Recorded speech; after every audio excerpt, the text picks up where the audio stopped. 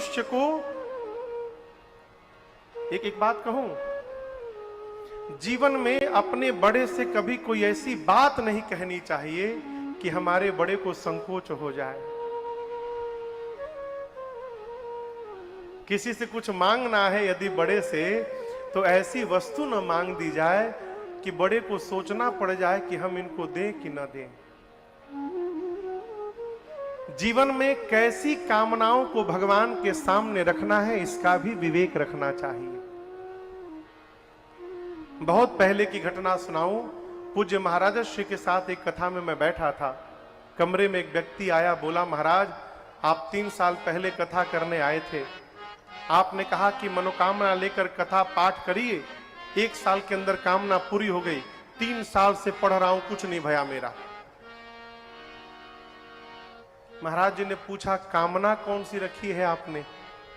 तो बोले, महाराज अपने पड़ोसी से बहुत परेशान हो, यही सोचकर पढ़ता हूं कि कब उसका विनाश हो जाए, हो ही नहीं रहा है। ऐसी मनोकामना पूरी होने वाली नहीं है। क्या मांगना है, इसका विवेक रखना चाहिए। गोस्वामी जी कहते हैं, ये जीव की कामनाओं को पूर्ण करने के लिए कामधेनु के समान है।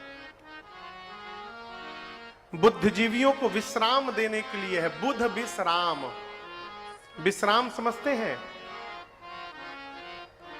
क्या? दोपहर में 2 घंटा सो रहे हैं, वही वो विश्राम नहीं है। विश्राम यानी संसार का, समाज का विष पीने के बाद भी यदि मुख से राम राम निकल रहा है, ये विश्राम की स्थिति है। और ये विश्राम बिना राम जी को कोई देने वाला नहीं है। बुद्धिजीवियों को विश्राम देने वाली है। बुद्ध विश्राम समस्त जन का कल्याण करने वाली है, जीवन के कलमश का हरण करने वाली है।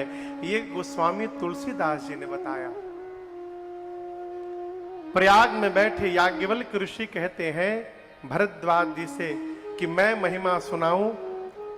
कहते हैं, महामोह महिषेष विशाला, उसके लिए राम कथा कराला। एक शब्द है जिसका नाम है मोह। सुना है? इसके बारे में कुछ पता है, मोह के बारे में? लेकिन आप लोग को देखने से नहीं लगता कि आप लोग मोह में फंसे हैं। 10 दिन में इतने बड़े बड़े 3-4 आयोजन यहां हुए। 10 ही दिन तो हुआ, 10-15 दिन, और उसके बाद भी इतनी संख्या में आप लोग आए हैं। आप लोग के ऊपर मोह का प्रभाव कम है, तब ये स्वरूप दिखाई पड़ रहा है।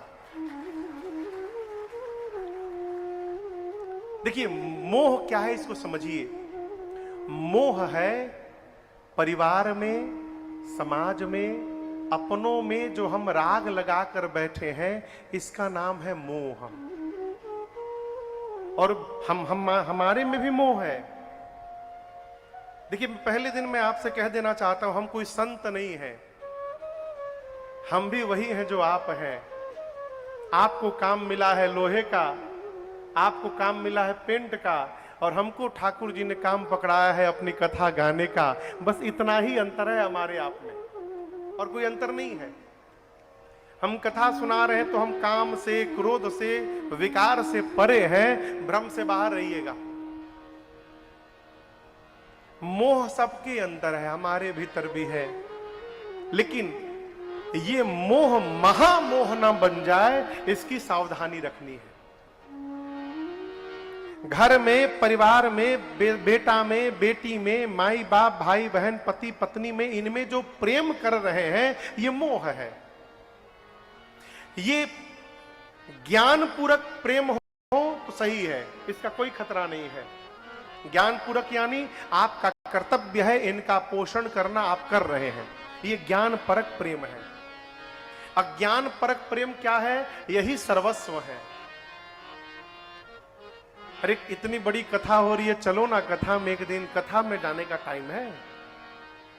बच्चे को पढ़ा के बड़ा आदमी बनाना है साहब। अरे इतना मत पढ़ा के बड़ा आदमी बना दो कि बड़ा बनने के बाद तुमको ही छोटा समझने लगे। ये क्या है? ये अज्ञान परक प्रेम है। क्या करने आए थे इसका विस्मरण करके, और जो नहीं करना था जीवन भर वही करते रह गए, ये मोह का परिणाम है।